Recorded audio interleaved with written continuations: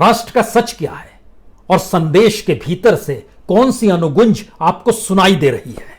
हमें लगता है कि आज इन दोनों परिस्थितियों के बीच में आज खड़े हो जाइए और जरा महसूस करना शुरू कीजिए, क्या भारत को इतना कमजोर कर दिया गया है? यहां के बहुसंख्य तबके को 2 जून की रोटी के लिए मोहताज कर दिया गया है और उसके बाद 2 जून की रोटी का ऐलान अगर सत्ता अपने तौर पर यह कहते हुए करे कि हम अब आपको मुफ्त में इतना भोजन देंगे और यही देश की पूरी इकोनॉमी हो जाए, तो क्या इससे बड़ी त्रासदी कुछ हो सकती है? भारत तो दुनिया की इकोनॉमी में दौड़ता हुआ देश था। भारत तो विश्व गुरु बनने की दिशा में बढ़ता हुआ देश था। भारत की अर्थव्यवस्था, भारत का बाजार, भारत के भीतर का कॉरपोरेट, भारत के भीतर का दिमाग, अंतर्राष्ट्रीय तौर पर इसकी गूंज बार बार होती रही है।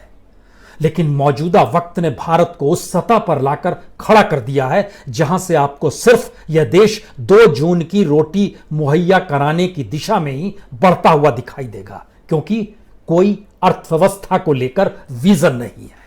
और यह देश को अपने कब्जे में रखने के लिए कितना सस्ता सौदा है। ये 2,25,000 करोड़ में आप 1 साल तक इस देश के 80 करोड़ लोगों को मुफ्त में खाना दे सकते हैं। आप कहेंगे यह कौन सा मैथमेटिक्स है? आज के संदेश का एक ही संदेश है कि 80 करोड़ लोगों को अगले 5 महीने में मुफ्त में 5 किलो अनाज दिया जाएगा और उसकी एवज में सरकार के हिस्से में आएंगे 90,000 करोड़ रुपए। इससे ठीक पहले जब 3 महीने का जिक्र किया गया था कि हम आपको फ्री में अनाज देंगे, तो उसके लिए सरकार पर बोझ पड़ा था लगभग 60,000 करोड़ का। यानी दोनों को मिला दीजिएगा तो लगभग 1.5 लाख करोड़ रुपए में 8 महीने का मुफ्त में अनाज 80 करोड़ लोगों को यह सरकार दे सकती है। हमें लगता है इसमें 4 महीने और जोड़ दीजिए तो 12 महीने, और इन 4 महीनों का खर्चा हो जाएगा तकरीबन 75,000 करोड़ रुपए। जब तीनों को आप जोड़ दीजिएगा, शुरुआत के 3 महीने, अभी के 5 महीने और आने वाले वक्त में 4 महीने और भी दे दीजिए, तीनों का बोझ जो सरकार पर पड़ता है वो है 2.25 लाख करोड़ रुपया। यानी इस देश का सच यह है कि 2.25 लाख करोड़ रुपए में आप 80 करोड़ लोगों को अपने साथ खड़ा कर सकते हैं क्या? या उनके दिमाग को कुंद करके रोजगार सारा छीन कर और एक ऐसा व्यवस्था पूरे देश में बना दी जाए जिसके बाद लगे कि वाकई 5 किलो अनाज मिल रहा है, यही बहुत बड़ी बात है। इस देश का सच इसलिए यह अनूठा हो चला है क्योंकि मौजूदा वक्त का एक सच भारत का बार बार उस राजनीति को छूता है जिस राजनीति में लगता है कि आप चुनाव कैसे जीतेंगे, आपको वोट कौन देगा, वोट देने वाला कौन सा तबका होगा, उसकी कितनी बड़ी तादाद होगी। तो बीजेपी को जो वोट मिले 2019 में सत्ता में आने के लिए, वह वोट थे 22,90,78,261, यानी 22 करोड़। 2014 में वोट मिले थे 17 करोड़ 16 लाख और 80 करोड़ को आप भोजन दे रहे हैं। तो क्या यह माना जाए कि अब दिमाग में यह थ्योरी है कि इस देश के भीतर की अर्थव्यवस्था, इस देश के भीतर की इकोनॉमी, इस देश के भीतर का व्यापार, इस देश के भीतर का एजुकेशन, इस देश के भीतर का इंफ्रास्ट्रक्चर, हेल्थ को लेकर, स्वास्थ्य को लेकर, बेसिक नीड्स को लेकर सब अगर हम खत्म कर देते हैं तो उसके बाद लोग भोजन के लिए ही तो हमारे सामने हाथ फैलाएंगे और उन 80 करोड़ लोगों को हम 2.25 लाख करोड़ रुपए में 1 साल के लिए फ्री ऑफ कॉस्ट भोजन दे सकते हैं। कितना सस्ता सा गणित है ये, और इस गणित के भीतर जब झांकना शुरू कीजिएगा तो आप हैरत में आ जाइएगा।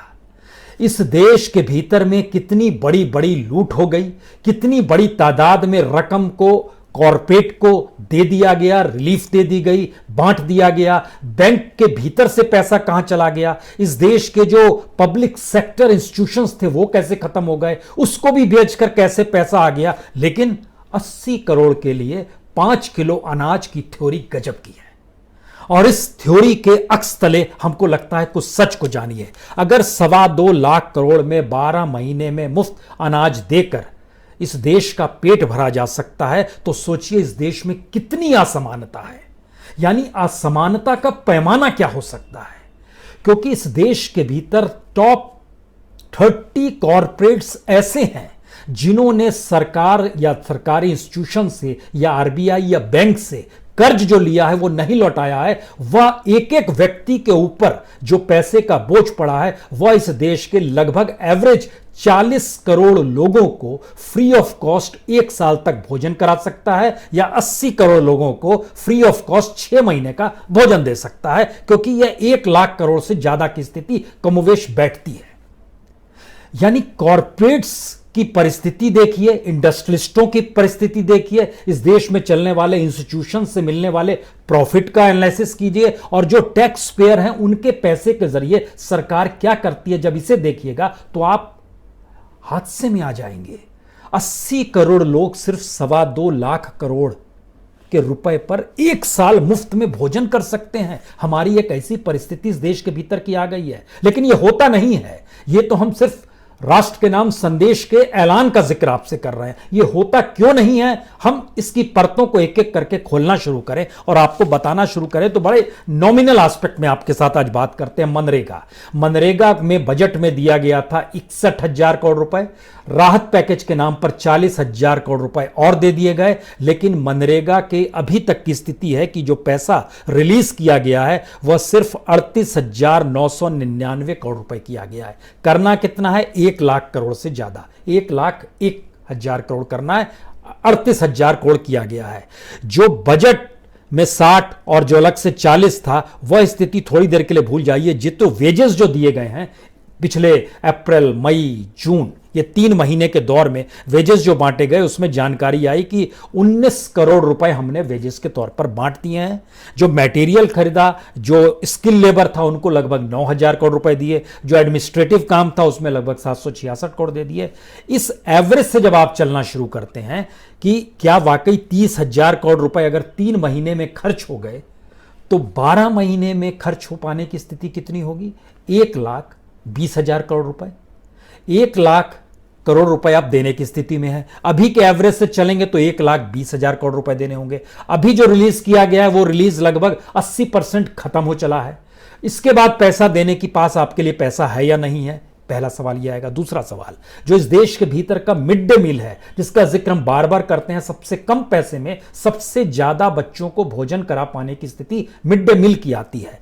मिड डे मील आज की तारीख में, आज जब राष्ट्र के नाम भाषण चल रहा था, उस समय तक 4 बजे तक का समय होता है मिड डे मील का। उस समय तक मिड डे मील की पूरी लिस्ट बन जाती है और सरकार उसको जारी कर देती है। आज भी जारी कर दी गई 4 बजे। उसमें जानकारी मिली कि इस देश के 11.5 लाख स्कूलों में से सिर्फ 664 स्कूलों में मिड डे मील बटा है। इस देश के तकरीबन 12 करोड़ बच्चों में से सिर्फ 15,854 बच्चों को मिड डे मील मिला है, और उसमें भी सबसे ज्यादा असम के बच्चे हैं, जो कि 15,240 बच्चे असम के ही हैं, और 388 स्कूल असम, बाकी जगहों के कहीं नहीं है। इसमें उत्तर प्रदेश नहीं है, बिहार नहीं है, झारखंड नहीं है, उड़ीसा नहीं है, मध्य प्रदेश नहीं है, राजस्थान के बहुत 12 स्कूल हैं सिर्फ जहां पर मिड डे मील। बट यह स्थिति अगर इस देश के भीतर की है तो एक तरफ न्यूनतम का जिक्र, जिसके दायरे में बजट भी आता है, वहां से निकला हुआ पैसा अभी हम नहीं दे पा रहे हैं। मिड डे मील के लिए अलग से पैसा लगभग 1,600 करोड़ का ऐलान एचआरडी मिनिस्ट्री ने किया था, बोझ पड़ेगा, हम मिड डे मील छुट्टियों में भी बांटेंगे, लेकिन कुछ भी नहीं बट रहा है। तो ये जो ऐलान है, अब थोड़ी देर के लिए इसको खाली याद रखिएगा, 2.25 लाख करोड़ 80 करोड़ लोगों को भोजन मुहैया कराएंगे। अब देखिए दूसरा स्थिति, प्रवासी मजदूर, आपके जहन में याद होगा, जिनके पास राशन कार्ड नहीं है। आज सरकार ने और प्रधानमंत्री ने जिक्र तो कर दिया कि हम एक राशन कार्ड एक देश में बना देंगे, जो बहुत कठिन काम नहीं है, बन जाना चाहिए। लेकिन दूसरा सच क्या है? दूसरा सच यह है कि इस राशन कार्ड का सच जानिए, उससे पहले यह जानिए जिनके पास राशन कार्ड नहीं था। 8 करोड़ प्रवासी मजदूर थे, और 8 करोड़ प्रवासी मजदूरों के लिए 2 महीने के मुफ्त अनाज की सरकार ने व्यवस्था की कि मई और जून में उनको मुफ्त का अनाज देंगे। लेकिन जो अनाज कहां से आएगा? एफसीआई के गोडाउन से आएगा। एफसीआई के गोडाउन का जो डाटा निकल कर आया, और जिसका जिक्र खुद इस देश के जो फूड मिनिस्टर हैं रामविलास पासवान जी ने भी कर दिया, और वो डाटा भी अब आपको भी मिल जाएगा अगर आप सरकार की साइट्स पे जाएंगे, एफसीआई की साइट्स पे जाएंगे। मई के महीने में जितना अनाज इनको मिलना चाहिए था, उसका सिर्फ 13.5% निकला। जून के महीने में यह 10% से भी कम हो गया। यानी मई के महीने में इन 8 करोड़ लोगों में से जो प्रवासी मजदूर थे, सिर्फ 1 करोड़ 7 लाख लोगों को ही अनाज पहुंचा सके। यानी 7 करोड़ लोगों को अनाज नहीं पहुंचा सके मई के महीने में। जून के महीने में 26 जून तक का डाटा आया है, 26 जून तक 8 करोड़ लोगों में से सिर्फ हम लोग पहुंच पाए हैं 79,20,000 जी। यानी यहां 1 करोड़ तक भी नहीं पहुंच पाए हैं। वहां तो 1 करोड़ को किसी तरीके से छू लिया था क्योंकि अनाज ही नहीं निकाला गया। यह तो पहला सच था। दूसरा सच इस देश के भीतर में पीडीएस सिस्टम का है, जो राशन दुकानों से अनाज मिलना चाहिए, अनाज बंटना चाहिए। उसका डाटा तो और चौंकाने वाला है कि राशन दुकानों से भी अनाज जो मिलना चाहिए था, उसमें भी सिर्फ एक आंध्र प्रदेश है, बिहार है, केरल है और उत्तर प्रदेश है जिन्होंने अपने इलाके में पीडीएस सिस्टम में 90% अनाज बांटा है। दिल्ली, मध्य प्रदेश, उड़ीसा, झारखंड 30% से भी कम है। और ओवरऑल देखिएगा अगर ढांचा इस देश के भीतर में जितने भी राशन कार्ड हैं उसमें सिर्फ लगभग 58% लोगों को अनाज मिल पाया है, 42% को अनाज नहीं मिल पाया इस दौर में भी। और एक एनजीओ ने जब सर्वे करना शुरू किया तो उसने हासिल किया कि लगभग 60% अनाज की दुकानें तो बंद ही रहती है। जो पीडीएस की दुकान है उसमें कब व्यक्ति जाता है, कब अनाज लेगा। लेकिन इन सब से इतर अगला सच यह है कि जो एफसीआई के गोडाउन से पीडीएस वालों को अनाज उठाना होता है, वो अनाज भी 40 से 45% ही उठा पाए हैं। सिर्फ अनाज का जिक्र हो रहा है, सिर्फ 2 जून की रोटी मुहैया कराने का जिक्र हो रहा है, जो सबसे न्यूनतम में मिलता है उसका जिक्र हो रहा है, वह जो पहले से चला आ रहा था उसका जिक्र हो रहा है। पहले से मनरेगा था, पहले से मिड डे मील था, पहले से पीडीएस सिस्टम था, उसको भी पूरा नहीं कर पाए, प्रवासी मजदूरों को पूरा नहीं कर पाए। और आज हमने 2.25 लाख करोड़ का जो साल भर का हमने डाटा निकाला, सरकार तो सिर्फ 1.5 लाख करोड़ रुपए खर्च कर रही है, वो 8 महीने के लिए खर्च कर रही है, लेकिन हमने कहा 1 साल भी फ्री कर दें। लेकिन 2.25 लाख करोड़ इस सरकार के लिए दुअन्नी और चुअन्ने की तरह है, या इस देश की इकोनॉमी में उसका कोई महत्व नहीं है। लेकिन सोचिए 80 करोड़ लोग अगर इतने कम भोजन पे आश्रित हैं या इतनी कम रकम पे आश्रित हैं, तो इस रकम का मतलब क्या होगा। इस रकम का मतलब भी हमें लगता है ये डराने वाला है, क्योंकि कॉरपोरेट को लगभग 6 लाख करोड़ रुपए 4 साल में माफ कर दिए गए। जो एनपीए है तकरीबन 9.5 लाख करोड़, इन दोनों को जब आप मिलाना शुरू करेंगे तो इसका मतलब है कि 5 साल तक इस देश में मुफ्त अनाज, अगर एनपीए और कॉरपोरेट के हिस्सा को जोड़ दें, 5 साल तक फ्री ऑफ कॉस्ट इस देश के 80 करोड़ लोगों को आप भोजन दे सकते हैं। और उसके बाद अगर हम सेक्शन वाइज जोड़ना शुरू करें, जो पीएसयू बेच के डिसइन्वेस्टमेंट का पैसा था, जो बंदरगाह बेचे गए, जो हवाई अड्डे बेचे गए, जो बैंक्स के जो लगातार लोन बढ़ते चले जा रहे हैं और उसका एनपीए बढ़ते जा रहा है, लगभग 6% तक एवरेज हो रहा है सारे बैंकों का। जो नॉन बैंकिंग सेक्टर जिसमें सबसे बड़ा आईएलएनएफएस है, उसने जितनी गड़बड़ी कर दी और उसका जो घाटा था, उस घाटे के मातहत तो इस देश के लगभग 80 करोड़ लोगों को आप 3 महीने तक फ्री ऑफ कॉस्ट भोजन दे सकते थे।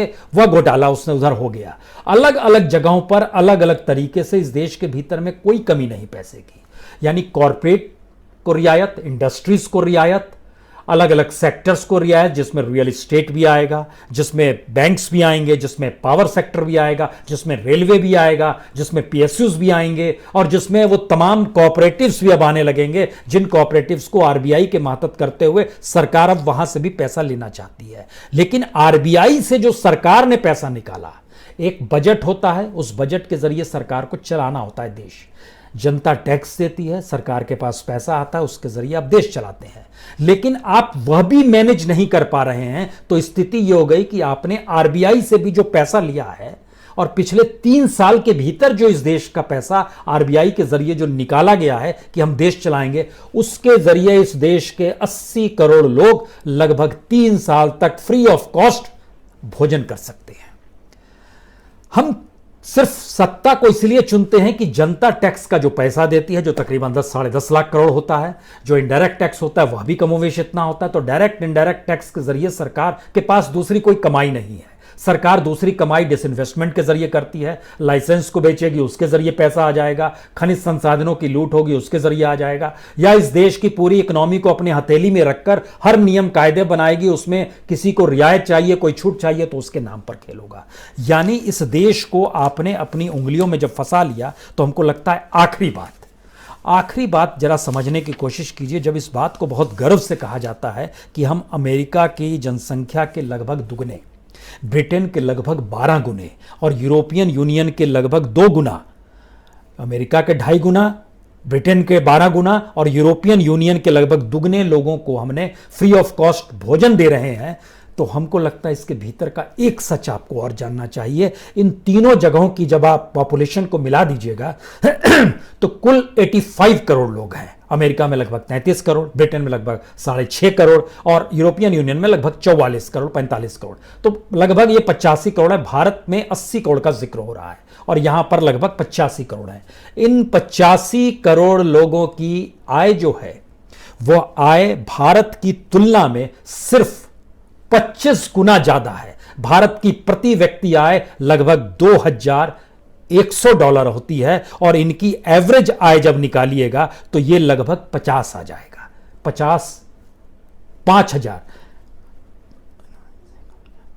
50,000 डॉलर और यहां पे $2,000, यह अंतर है। अमेरिका में प्रति व्यक्ति आय $65,000, ब्रिटेन में $41,000, यूरोपियन यूनियन $38,000, भारत में $2,000। एक हिस्सा ये। दूसरा, जो बेरोजगारी भत्ता और कोविड के वक्त में जो उन्हें रियायत दी जा रही है, वह रियायत भारत में मिलने वाले किसी भी टॉप मोस्ट ब्यूरोक्रेट को जो मिलता है पैसा, जो सरकारी अधिकारी को मिलता है, वह 2 लाख बेसिक जो उसका एक बेस होता है, उससे भी ज्यादा वहां पे बेरोजगारी भत्ता कोविड क्राइसिस के दौर में सब मिला के दिया जा रहा है। स्थिति यह हो गई है कि $600 एक्स्ट्रा दिए जा रहे हैं कोविड क्राइसिस के दौर में, जो कि इससे पहले तकरीबन 2 से 3200, 2000 से लेकर $3200 तक वहां पर जो अनएम्प्लॉयमेंट मिलता है उसमें $600 और जोड़ दिए गए। यानी भारत की इकोनॉमिक्स के तुलना, और आप हम लोग क्या एक भूखमरी वाले देश के बीच में हैं, और इस देश के प्रधानमंत्री जब राष्ट्र के नाम संदेश देते हैं तो एक भूखमरी की परिस्थिति है क्या? कमोवेश एक यही सच है, क्योंकि अभी तक हम लोग गरीबी की रेखा से नीचे का जिक्र होता था तो 29 करोड़ का जिक्र होता था और उनकी आय जो रहती थी वो लगभग मान के चलिए कि उनको जो भोजन मिलता था और प्रति महीने जो रहती थी उनकी आय, वह लगभग 33-35 रुपए तक पे आके अटक जाती थी।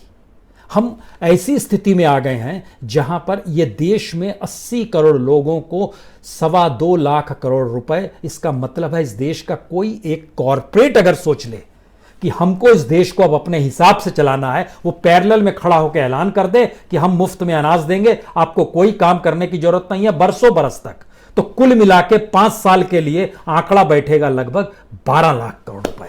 12 लाख करोड़ रुपए में कोई भी कॉरपोरेट तो इस देश को खिला सकता है और उसके बाद वो कह दे आप लोग को कोई काम करने की जरूरत नहीं है और अब ये देश में हम ही को चुनाव जिता दीजिए। कुल वोट मिलते हैं बीजेपी को 2019 में जो मैक्सिमम है 22 करोड़, तो उसको तो 25 करोड़ और आसानी से मिल जाएंगे। इस देश के सच के भीतर में जब आप समझते हैं तो इसका मतलब है इस देश को आगे बढ़ाने के काम सारे ठप कर दिए गए हैं और जो लोग आज मौजूदा वक्त में खुश हैं, चाहे वो सैलरी क्लास हो, चाहे सोशल सिक्योरिटी लेने वाला क्लास हो, चाहे कॉरपोरेट हो, चाहे इंडस्ट्रियलिस्ट हो, चाहे उच्च शिक्षा प्रदान करने वाला युवा हो, समझ लें अगर ऐसी स्थिति देश की रहेगी तो नंबर हर किसी का आएगा, स्थितियां हर किसी की बिगड़ेगी, अपने अपने दायरे में हर कोई बड़ी त्रासदीपूर्ण स्थिति में आएगा। और सबसे बड़ी बात, यह देश ना ऐसा था ना इस देश को ऐसा होने दिया जाए। इस पहल को दिमाग में रखिए। बहुत बहुत शुक्रिया।